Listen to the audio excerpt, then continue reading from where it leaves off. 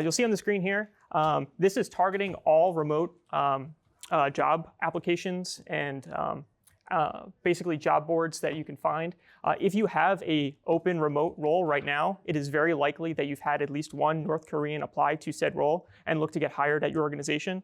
And they are targeting these roles globally now. Whereas before they were more specific to the US, but now they're moving into Europe and other nations that aren't as educated on this topic. And the impact to organizations, they're also shifting to ransomware and extortion attempts when caught. So they're really trying to maximize that revenue. And this is how it's going to affect your organization. They're also stealing intellectual property and any research and development that your organization has done, and that will be potentially useful to the North Korean regime in order to continue their exploitation of the world. And then finally, even very recently, 5 individuals in the US aided DPRK IT workers in targeting 136 companies, generating more than $2.2 million in revenue. So it's not just the workers themselves, they're actively recruiting folks in the US to help them engage in this activity. So one of the first steps in this process, as you are looking to defend yourself against these DPRK IT workers, is to partner with recruiting. And it's really about building alliances. Security is a team sport, and we're going to bring them along the way. Because every touch point that the threat actor is going to be interfacing with is interfacing with recruiting. And we're going to talk to recruiting and tell them that in addition to mitigating risk and all the fun stuff that we like to do as security engineers, we're actually going to make their lives easier. We're going to be saving time so that they don't need to review as many applications. And we're also going to save them the unpleasant experience of having to even interview with one of these fraudulent candidates. So it's a win-win on both fronts. No one wants to make it be the one to hire the threat actor. We're going to be establishing joint accountability and owning the risk without input controls, causing friction, because we still want to have a good candidate experience. And we also want to make sure that our recruiters are aware of the different types of red flags that they might experience from candidates during the interview process. So if a candidate is refusing to go on camera, there's significantly delayed responses, meaning that they're using some sort of translation software to maybe aid them in the responses for these interview questions. They're in a call center type environment where there's other interviews going on in the background. And then finally, this is a big one, there's an absolute aversion to any on-site requests. So you can just, even if you don't plan on having or flying them out to an on-site, if you just float the question, a lot of the times you'll invoke a very strong response from the candidate saying that they are absolutely not able to comply with that. And it's important that recruiting signs off on everything that we're doing here, because ultimately they're the ones who are being responsible for interviewing candidates, and we want to make sure that there is a smooth candidate experience for legitimate folks. So if we take a threat modeling type approach here, and we look at the hiring lifecycle, we first start out in the application phase. So this is the initial application when a candidate is submitting a resume to your applicant tracking system. The techniques that we can find here, so they're creating deceptive profiles. And what I mean by deceptive is sometimes they're fake. So they own it. They don't own the profile itself, but they're referencing to someone's legitimate LinkedIn. Sometimes that they're stolen. This is less likely because they're trying to create an entire synthetic profile. But it still happens. Sometimes that they're purchased. I mentioned before that there's willing participants who are looking to sell their identities. And then lastly, the most common is they're completely synthetic and fabricated by the threat actor themselves. So this is for social profiles, the resumes themselves. They're using oftentimes the same email address over and over again, but they're purpose building these profiles for this attack.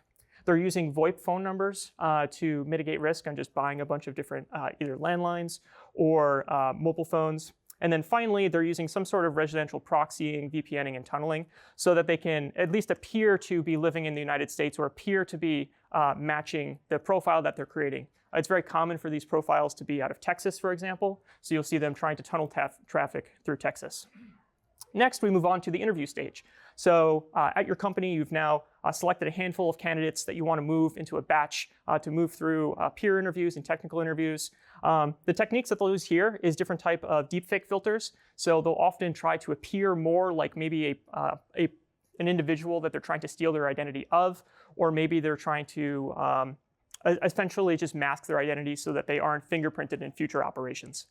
This is also common with voice changers. And you'll see I have candidate swapping here. One of the techniques that they really like to employ is for technical interviews specifically, they will have someone else who's more specialized in maybe that specific role that they're applying for to go and take the technical interview for them. So we'll be talking about different ways that we can mitigate that risk.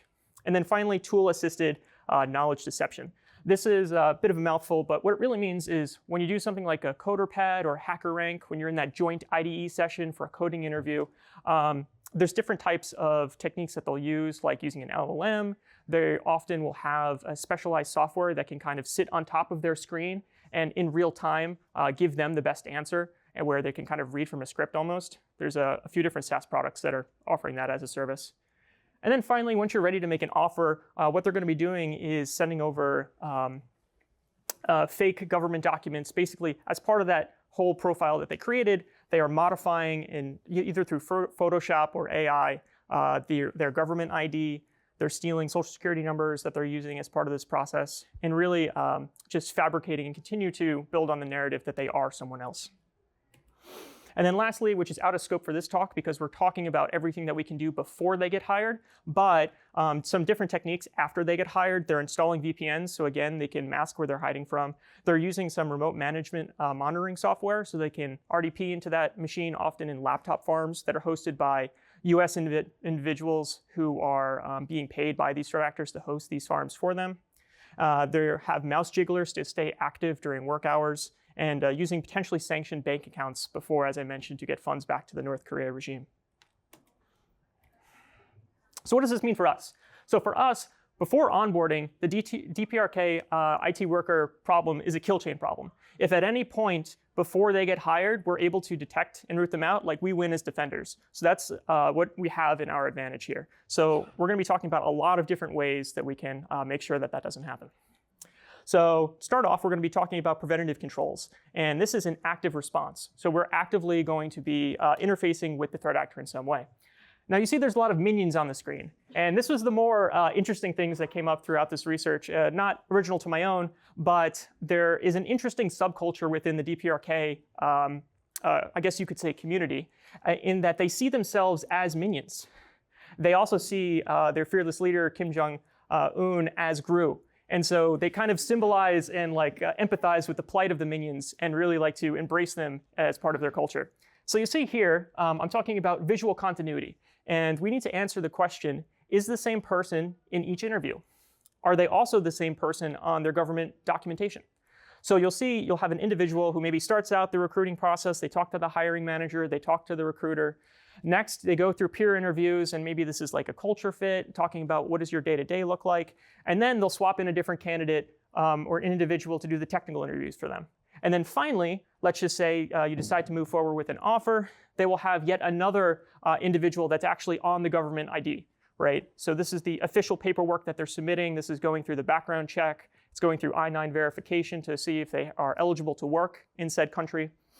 And so what we're going to solve this by using identity verification solutions. So if any of you have traveled abroad, or maybe you've opened up a recent bank account, you'll have to go through this process.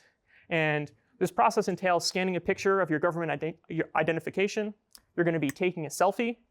And then this identity verification solution, and there's many of them out there, are going to go through a number of different checks on this information that you're providing to ensure that it is legitimate.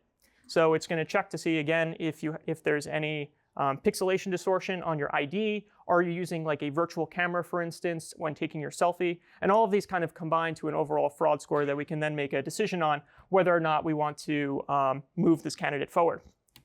So for us, we're also going to be using this information to make a better decision-making, or to have better decision-making on whether or not this candidate is legitimate or fraudulent. So we go back to our original question. Is this the same person we've seen in each interview? So what we do is, for this identity verification system, once we have our initial batch of applicants that we want to move forward with, call it 5 to 10 people that are going to be going through the interview process, we ask them to take a selfie and to get their government ID. This will then establish a visual baseline for that individual.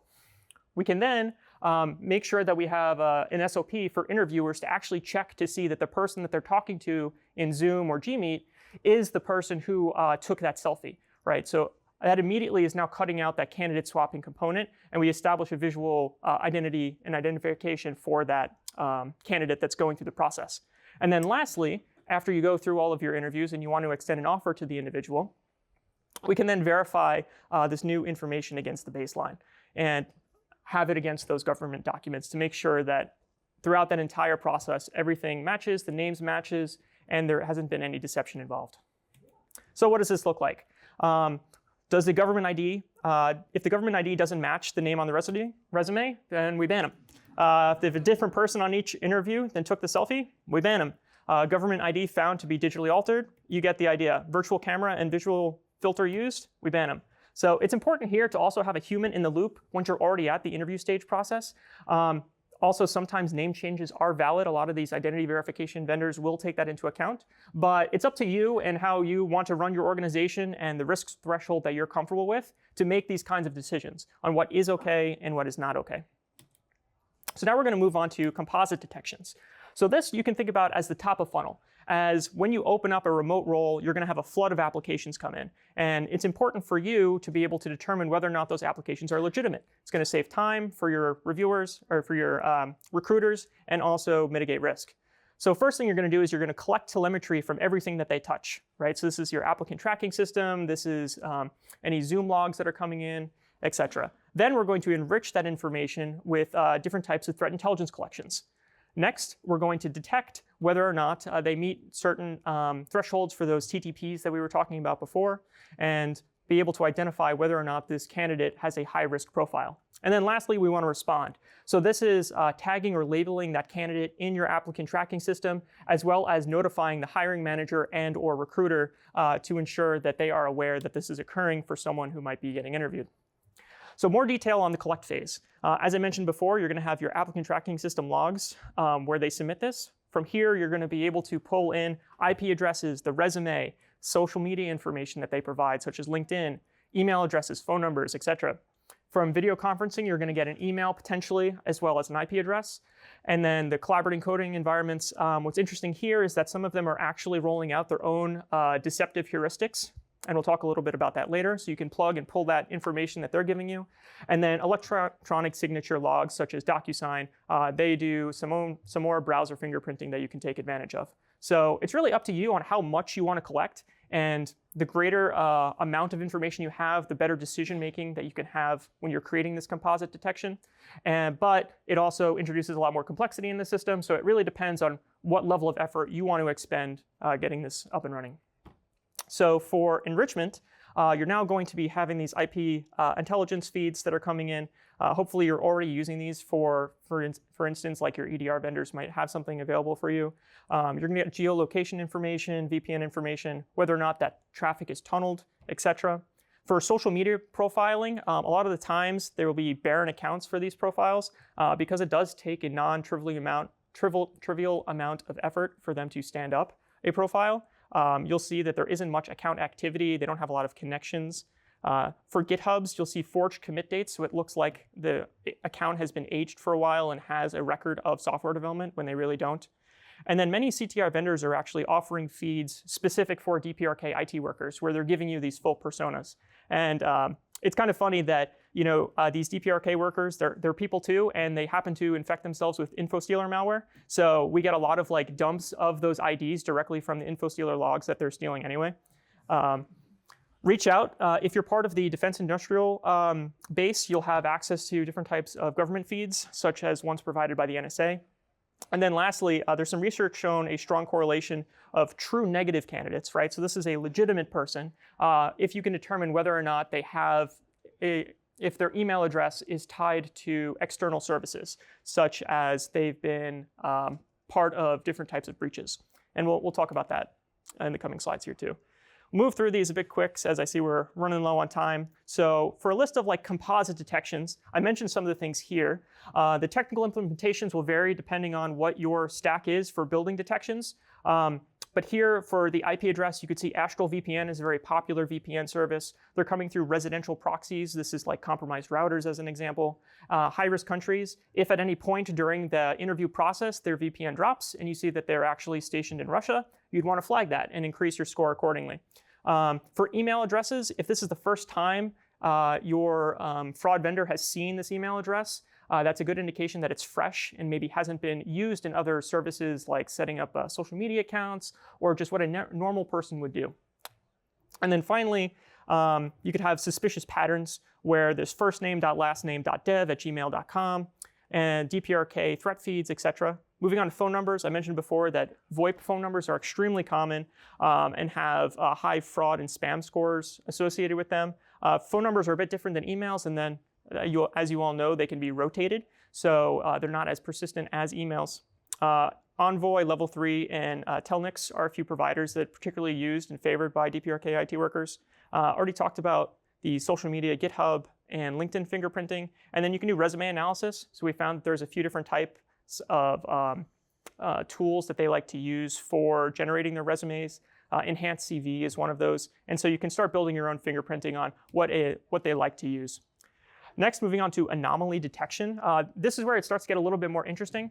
So you can have, for instance, if you have data on all candidates that have applied to your ATS system, you can see if there's this sufficiently different names with the same email address. That's weird. There shouldn't be multiple people using the same email address, even for like some very off-case scenarios. I found that it's highly unlikely. And then same thing for phone numbers, right? If you have one phone number that's shared between 3 different candidates, that's interesting, right? I actually found that this was a good use case for LLMs to be able to kind of semantically get what are similar names. So for instance, it can tell the difference between like Bob, Robert, and Bobby very easily. Different times there's like cultural norms that it'll be able to pick up to determine whether or not these names are sufficiently similar. Again, you can tune this to your own risk tolerance. And moving on to humans, this is where you go back to your recruiters, right? So that your recruiter should be able to label in platform whether or not they talked to someone and found them to be fraudulent. What you can then do is pick up those labels in the platform via their API and then backpropagate that data for the email address that was associated with that candidate, the phone number, all the details here, and see are there any other shared candidates that have that same information. So this is what a composite detector looks like. So you'll have, let's just say, +1 for a known suspicious email address, +5 if the same email is used on greater than one profile with sufficiently different names. And then you'll see I have a -5 here. So if that email was found in, let's just say, the Drizzly, AT&T, and Adobe breaches, we want to keep this as a true negative indication that maybe this email address is tied to a legitimate person. As I said before, they don't often compromise or use compromised email addresses because they have to create a whole profile, and creating a whole profile over one compromised account is very difficult. They would need to like also compromise the LinkedIn and the GitHub, so it's a very good true negative indicator. And now we're going to meet Brian, and this was an actual DPRK candidate that applied. And we'll see here that Bryant, this is his resume. It's very wordy, very obviously like LLM generated. Not all applications are going to look like this, but this just happens to be a particularly bad one. And this is his LinkedIn profile, which you'll see has little to no activity on it. So let's work through what a composite detection would look like for Bryant. We take a look at his email here, which is bryantdang1018@outlook.com. First, we'll check to see if it's in any breaches to establish that it has a history, which it is not. The email pattern checks out as a known DPRK email pattern. The fraud score that came back from our fraud vendor rated it 80 out of 100. It was the first time that our fraud vendor saw this email address, which shows that it doesn't have a lot of history. And we checked it against our collection, and there was no anomalies associated with it. So for this, we'll give this a +5. For the phone number, I've redacted here just in case it has rotated. We did a similar fraud check, and it came back 85 out of 100 from the provider. It was indeed a VoIP number associated with one of the common providers that the DPRK workers like to do with Envoy. And this one particularly came back with 4 other suspicious candidates tied to that phone number. And then lastly, the IP address, additional IP address enrichment that came in. It was data center origin, which had tunnel traffic. And the original client information came from Indonesia, Philippines, and Malaysia. So we'll give that +4. Already showed you the LinkedIn, no profile picture, low activity, low connections. We'll just give this a +1. So for us, this is we're now at +16 and well above the auto reject limit. So as you can see here, now what do we respond? We're going to hit our applicant tracking system API to see if the candidate has been hired. What is important here is to actually work with your incident response team or your insider threat team to determine, do they have a playbook for this, right? If a if it's found out that a DPRK IT worker has been hired already, you need to understand how to essentially root them out and what that process looks like. Next, we can label that candidate in the applicant tracking system for future reference. And then hopefully there's a way in your ATS system to add in plain language why you decided to label this candidate. This will give any recruiters looking at the profile an insight on maybe why they shouldn't talk to the person, depending on where in the funnel that you have already labeled them. And then finally, you can also notify the assigned recruiter and or hiring manager just to keep them in the loop. If you're doing this for top of funnel detections, I don't recommend it just because it's going to get very noisy. It is very easy to automatically submit job applications nowadays. There's platforms that are doing this for you that are full agentic solutions. And so the influx of candidates is pretty insane. And finally here, have an SOP for the risk owner to make the human in the loop final decision if they are later in the process, right? Put this on the hiring manager or recruiter if they have talked to them already, and then you've done your part as a security engineer to at least inform them of the risk. And then store that telemetry for future detections with that back propagation I mentioned. So kind of in closing here, the end suite mitigation controls look something like this. For your top of funnel, you're going to have that composite detection suite that I mentioned. You're going to be able to label and notify, or label the candidate and notify the recruiter and hiring manager and potentially auto-reject them. This is going to save recruiters time as well as mitigate risk. And then when you move over to the interview stage, we're going to then implement the identity verification. So we're going to get the selfie, we're going to check their government ID to establish that baseline for future interviewers to take a look at to make sure that who they're talking to is the same person that's on the government ID. You can then include more telemetry in your composite detections here, where you have deceptive technical interview detections.